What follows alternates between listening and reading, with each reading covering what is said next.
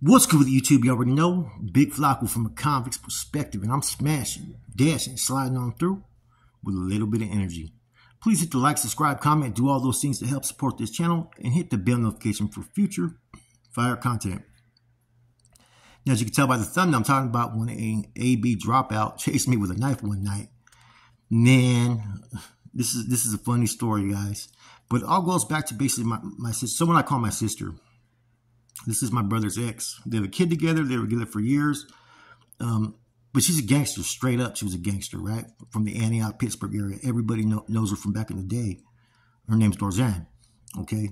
Now, whenever there was an issue with females, I had like basically two females I could call at any time and they'd go handle business. If it was on Pittsburgh, Antioch side, I'd go call Aryan. And she was known for having them hands. When you talk about a couple girls out there in the mix, she was one of them. She was no joke. Or I'd call the homegirl Rosalind out there in Livermore, a Featherwood, right? Man, she had my back to the fullest, man, a couple times. So Aryan's been in the mix for a long time. And however, I heard she's not doing too good mentally now. But back in the days, you know, I mentioned the other day, Art Carraz, right? The Hells Angel, long-time member, right? Looking, ran the Nomads faction for a minute, ran Stockton, all kinds of stuff, right? She was basically his fucking, you know, Sancha for a minute, for years. And he had a lot of love for her. So that's the type of caliber of people that she would fuck with. You know what I'm saying? Whether they were homeboys, they were always deeply in the fucking mix. Because she was a gangster bitch, straight up. You know what I'm saying? I mean, I have times where fucking she's tied people up and fucking, you know what I mean? I've been there, you know what I mean? And she's like, was like that. Now, she was dating an individual who a lot of people were hating on. They're spreading false rumors about a charge on him and all kinds of bullshit, man. And he was kind of leery because I was kind of cool with a lot of the fame cats back when I was out there, right? And he was known, he was balling. He was always known to come up and shit, right? But they had a target on him, right? And he was a former AB. Okay, I'm not even going to mention his name. If you're from Pittsburgh, Antioch, you know exactly who I'm talking about, right? And he was dating my sister. But see, whenever they would have issues, right? You know, she would call me and ask me to pick her up. She wanted to get away or whatnot. You know what I'm saying? And, you know, of course, I'm always in traffic from fucking Pittsburgh to fucking Livermore to fucking Pleasanton to Hayward. I'm all over the place, right? So if I was in the area, okay, yeah. So I was coming back from Sacra, right? I had to go all the way to Sacramento to get a car, right? That I had for a minute, right? It was a hot car that I left over there. And they wanted me to get it out. It was in their garage and shit. And I forgot what happened, how I ended up fucking just leaving it there. So I went to go get it. I needed the car. I got dropped off out there, right? And so I'm heading back. And I'm like, hey, I need you to deal with some issue, man. You know what I'm saying? Some broad was running her fucking mouth. And out there from like Hayward or Pleasanton. I said, let's go deal with this bitch real quick, right? And so I'm going to go pick her up because she wants to get away anyways. I ended up meeting her right there off of Summersville, right? To go pick her up. Guess who ends up pulling up as I'm there? This individual that she's dating comes up in this Cadillac. And I'm like, and I know he's strapped up. I know how he rolls around because he has to. You know what I'm saying? And so I'm there and I think I'm with one other homeboy, I think, that night. Or maybe I'm not. I don't even remember. And then she's trying to get in the car, but he's trying to chase us. I'm like, dude, I'm not going to sit there. I get out the car. I said, look, I'm not going to get in between your guys' shit. Let's go back to your house. I said, you know what I mean? Because he ain't going to leave. She's being put in the mix. She's worried about getting beat or whatever, or getting into a fight. So we get there. And so we're talking and whatnot, right? Now, bear in mind, this dude's always been a little edgy around me because he doesn't know what time it is. He had thought I was going to be part of some situation when he got jacked. Some cats came and got him, you know what I mean? When he was slipping in his fucking driveway. So out of nowhere, him and his boy are right there, man. Out of nowhere, this dude pulls a fucking knife that's about 12 inches long, and I ain't got nothing on me and shit, man. I'm like, fucking, but he's older, though. He's like in his 50s. This is an old AB member. You know what I mean? He's, I'm gonna fucking stab you. And I'm fucking like, I'm talking shit, laughing. I'm running. I'm like, you ain't gonna catch me, motherfucker. You know what I mean? I'm like, hey, I brought her over here. You're gonna fucking trip on me like this. I go, I'll be back later on, man. And a couple times he's trying to chase me. And I'm having to step back and shit just to keep him at a distance because he had that fucking rage in him that you can tell, man. And it was a rage when a man's having a problem in his relationship and he'll kill any motherfucker that's in his way. You know what I'm saying? So I really didn't take it too personal. In fact, even though You know what I'm saying? She's like my sister. He knows that she used to be with my brother. So that was kind of a red flag for him a little bit. But there was really nothing going on or nothing like that. Eventually, I eventually was talking to him, man, and we ended up having a good rapport, man, and I got much respect for him, man, because I get what happened that night. Shit, I've been there myself, you know? See, out there, man, I had a reputation, okay? You know, I went one time with the homeboy Tilla from Oakley. Rest in peace. Tilla ended up taking his own life. And I met homeboys from Gentrytown, you know what I'm saying? I remember when that cat Manuel was still active, right? Some broad tried to play some smirker shit, man. Some broad I met through some chick named Kelly.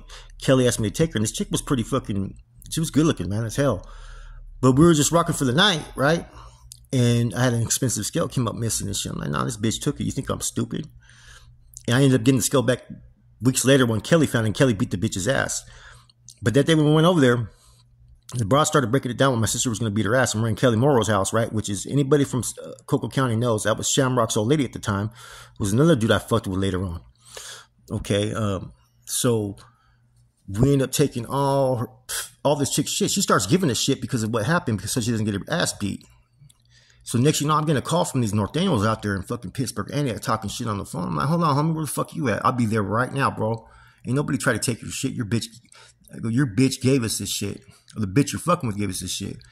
We went there. They know my fucking sister, and he's like, oh man, I didn't know this happened. My bad. Yeah, that's my shit. I told her to hold, and woo woo. I'm like, man, she gave that shit up, bro. Didn't even mention that it was yours. The dude ended up fucking tricking out. He goes, hey, my sister said, okay, let me go beat her ass real quick. Because we had got some things from her. Sure enough, man, Manuel fucking played that fucking Captain Saber. Oh, no, man, please, she's all stressed out, whatnot. She ended up getting her ass beat, and I got my scale back, and the shit that we took from her about a week later. Now, besides that issue, there was an incident that happened with this dude named Gonzo, who was a resident from L.A. They had family that were Norteños out there in Pittsburgh, Antioch. This ain't Gonzo from Livermore. This is a Gonzo that was from L.A. that was staying out there in Antioch and Pittsburgh, and he lived with us. And see, some shit happened with him and my brother. I forgot what it was, right? But they were getting loud and fucking, you know what I mean? I was getting upset.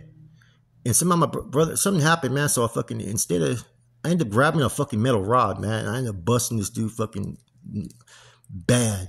Busting him over his head, man. The dude has, I guess, brain aneurysm to this day because of the incident. You know what I mean? This was like about shit 2000 and let's say 13 or 14. 2012, excuse me. 2012. And I ended up laying this dude out in the garage and shit. I mean, literally, it was bad. By the time he came back, he was gone. We ended up finding some of our stuff that was in his room and shit. So, man, fuck this dude. He ain't got shit coming. So, even though he was from down south, he had family members that were Norteños. And I remember I talked to some dude named Nacho, right? I was at this dude fucking Lucky. He used to stay by Kmart off 18th Street. He was a white dude, but all the homeboys used to go over there. So I'm there, man. There's about 10 active homeboys in there. And I go pull Nacho to the side. I said, yeah, I'm the one to do that to your boy Gonzo. Are you guys tripping? They're like, nah, we ain't tripping off it. That's your thing, man. All right. I head out. You know what I mean? Because that's the way I was. If there was issues, I'm going to approach you one-on-one. I'm not going to let it turn into a gang or group thing, especially when I'm out there. So I was raising hell in fucking Antioch. You know what I mean? You know, I got guy out there one time, and I told that previously and shit, man. But other than that, I was making a lot of noise. And so he had known this. And so on instincts, man, he thought that I was plotting with her at first to get him. You know, which kind of, like I said, it don't surprise me when there's drugs involved and people are using, and the lifestyle how it is in Pittsburgh and Antioch ain't no joke, man. Anybody been out there, it's cutthroat. You got to play cutthroat. See, the thing about Antioch and Pittsburgh is it wasn't like group related. When there was funk, it was usually on an individual level. It had nothing to do with like fucking gangs or whatnot, even though gangs were out there. Even though sometimes it involved Norteños or whites or whatnot, it still never came to that level, active or inactive. You know, and like I said, like there's a lot of people I started having funk with out there and shit, you know what I mean? You know what I'm saying? But, I mean, it got bad to where, like, fucking, you know, we were clapping at each other out there in the streets, a lot of people. But at the end of the day, it's like, that's just the nature of how it is out there in the streets, you know what I mean? It's individual funk. It was never, ever any group funk, man. And which is why I was able to wiggle out there, because whoever it was, whatever they were about, I come just as hard right back at them, and I wasn't afraid of nothing. Everybody knew that. So some people just wouldn't fuck with me, or they fucked with me on down low. Like, for instance, I used to fuck around with Shamrock a lot and other cats like that. You know what I'm saying? And there was a lot of cats that were part of fucking what's that fame. I'd run into them.